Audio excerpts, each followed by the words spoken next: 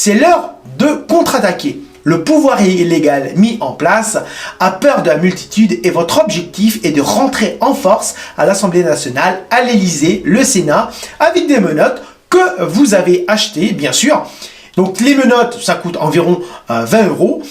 Bien sûr, vous allez les arrêter au nom du peuple français, comme l'ont fait les francs-maçons la Révolution 1789, les CRS, la police et la gendarmerie, pour travailler pour la tyrannie, de la même façon que la chute du dictateur Ceausescu, à Noël 1989, recherchez sur YouTube toutes les reportages sur Ceausescu et sa chute, sauf bien sûr si les gendarmes, la police et les militaires se rallient avec vous dans le même combat. Donc nous n'avons jamais été en démocratie. Donc dans l'ancienne Grèce ou Rome, les partis politiques n'existaient pas, c'est-à-dire que actuellement on n'est pas en démocratie, nous sommes dans une oligarchie politique ou une partidocratie. Il faut abolir les partis politiques, arrêtez de donner votre consentement à cette arnaque, réveillez-vous et agissez. Voilà, il faut vous sortir les doigts du cul. Agriculteurs, la solution est de rentrer dans les plumes du système car on est en train de vous tuer depuis 30 ans avec la PAC. Il faut arrêter tout de suite, en mars 2024, en sortant de l'Union européenne par la force, de façon unilatérale, car il y a un vice de forme dans le référendum de 2005. Vous avez dit non à 54,67%, et aussi, il faut sortir de l'OTAN. Donc on sort de l'OMS, de l'Organisation mondiale de la santé, de l'ONU, et des autres organisations internationales antidémocratiques. Et on a jusqu'au mois de mai 2024 pour que le peuple français sorte de cette tyrannie génocidaire. Donc sortez-vous les doigts du cul.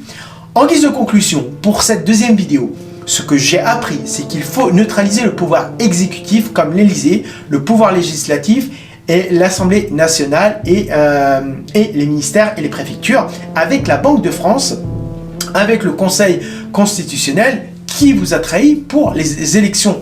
L'élection frauduleuse 2022 en arrêtant au nom du peuple français pour participer à la tyrannie en se basant sur la création des droits de l'homme et des citoyens de 1793. L'article 34, il y a oppression contre le corps social. Lorsqu'un seul de ses membres est opprimé, il y a oppression contre chaque membre lorsque le corps social est opprimé. Et le meilleur, c'est quand le gouvernement viole les droits du peuple, l'insurrection est pour le peuple et pour chaque portion du peuple, et le plus sacré des droits est le plus indispensable des devoirs. Il faut remonter à 2017 quand The Economist, qui appartient à la famille de Rothschild, mentionne l'une des cartes de l'ermite sur manifestants de couleur jaune. Il faut savoir que les trois couleurs sataniques sont le noir, le rouge et le jaune de Lucifer. Donc la première arnaque que les Français ont vécue en 2017, lors des présidentielles, on le voit tout de suite avec les résultats définitifs qui sont de source du ministère de l'Intérieur, remplis de francs-maçons, que je les appelle les francs plâtriers, le plâtre, la poudre, les narcos. Donc je vous ai expliqué que on était la France comme l'Espagne, on était un gouvernement, des narco-gouvernements, comme la Colombie, etc. Donc là, vous voyez les chiffres. Donc dans ma vidéo sur les chiffres sataniques, vous savez maintenant, si vous êtes expert, que le 1, c'est le 6 en hébreu. Ça s'écrit de la même façon, c'est le Vav. Vous avez un 666 sans que vous puissiez vous en rendre compte. Marine Le Pen, initiée par les Juifs, selon sa mère, Pierrette le disait à Thierry Ardisson dans les années 80, dans l'une de ses émissions. Donc, elle ne disait pas Marine, mais l'une de ses filles. C'est dans un de ses livres qu'elle avait écrit. Donc, 33,9. Et la numérologie de l'abstention 25,44, on est sur du 15 qui fait un 6. Donc là, on a vraiment un truc... et donc, vous comprenez que Rothschild, derrière, c'est tonton Rothschild, David, c'est le poulain, c'est Emmanuel Macron. Mais vous allez comprendre certaines choses. Donc, on m'avait passé en 2023 une photo de Manu avec Liliane de Rothschild. Et je ne savais pas que les Russes avaient demandé son ADN parce qu'il devait savoir, il devait savoir la vérité. Comme ça, ils auront encore plus de choses à découvrir. Mais c'est vrai que c'est dingue comment ils se ressemblent. Au départ, je m'en étais pas rendu compte. Mais en regardant sur l'autre photo, regardez le nez. Le nez, c'est franchement... ils sont avec la même petite bosse. Ensuite, la fin du nez, l'arrondi est très similaire. Et regardez là sur le côté, là quand il sourit, mielleux, etc. On voit vraiment que c'est un Rothschild, hein, Manu. Vous comprenez pourquoi que c'est l'un des poulains de la banque Rothschild. C'est pas par hasard, c'est de la famille Rothschild. Et vous allez savoir d'autres choses également.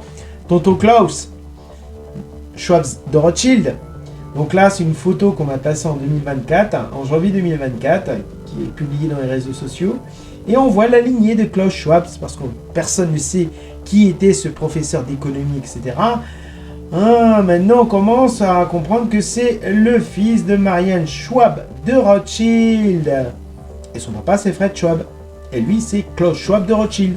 Vous comprenez mieux pourquoi il doit mettre en place cet agenda génocide R 2030 pour éliminer un maximum de personnes. Et c'est pour ça qu'il y a eu toutes ces cas de corruption avec les picous, etc. Tout le monde sont entre copains. Donc là, la deuxième arnaque, pour vous les Français en 2022, pour les présidentielles, en direct, tout ça c'était en direct en 21h20. Donc regardez ma vidéo sur les 4 vices de forme. Et après, quand on voit que le Conseil constitutionnel entérine tout ça, que tout est fait légalement, moi je rigole, mais bon, bref.